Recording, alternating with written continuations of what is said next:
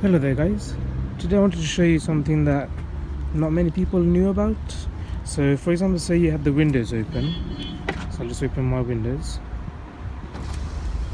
So you could do this by holding the open button on the keys. So you just hold that one and you'll open the window, and if you want to close it you could just hold this one as well to close it. But I wanted to show you if you wanted to close it without the keys. Say the keys was in your pocket and now you wanted to open, or someone left the window open.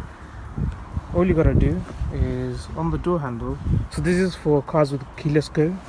So if you've got this, all you gotta do is hold that and you'll see the windows closing.